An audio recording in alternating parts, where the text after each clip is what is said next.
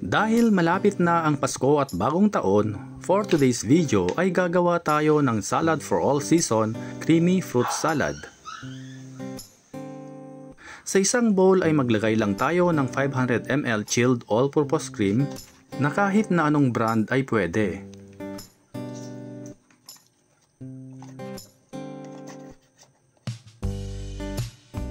Idagdag na rin natin ang 1 can condensed milk at kahit na anong brand ay pwede.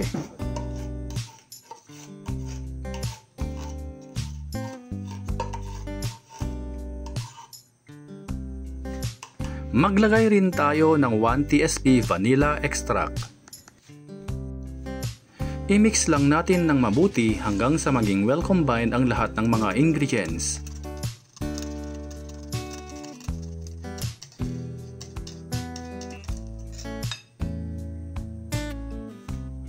Pagkatapos ay ilagay na natin ang 1.5 kg dried fruit cocktail.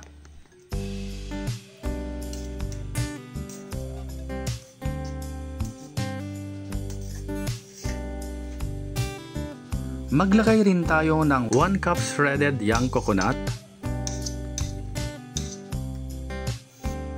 Maglagay rin tayo ng kaong.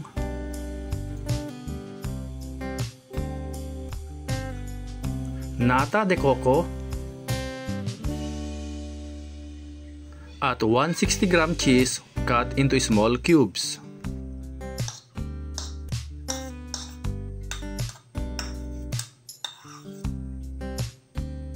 I-mix-mix lang natin ng mabuti hanggang sa mai-coat ang dressing. Sa darating na Pasko mga Kanoypi, ano ang nais mong matanggap na regalo at bakit? Comment down below mga Kanoypi at malay mo baka isa ka sa mapili naming mabigyan ng munting regalo sa darating na Pasko. Tikman natin kung okay na ang kanyang sweetness at creaminess. You can taste and adjust. I-cover natin at ilagay sa ref or i-chill ng 6 to 4 hours or overnight. Ayan na mga Kanoypi at ready to serve na ang ating creamy fruit salad.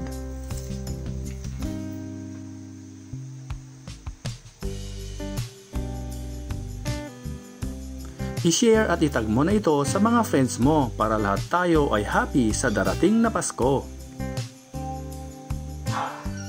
Maraming salamat sa panonood mga Kanoypi at kung bago ka pa lamang sa aming page ay mag-follow ka na para di ka mahuli sa aming bagong recipe. Hanggang sa muli!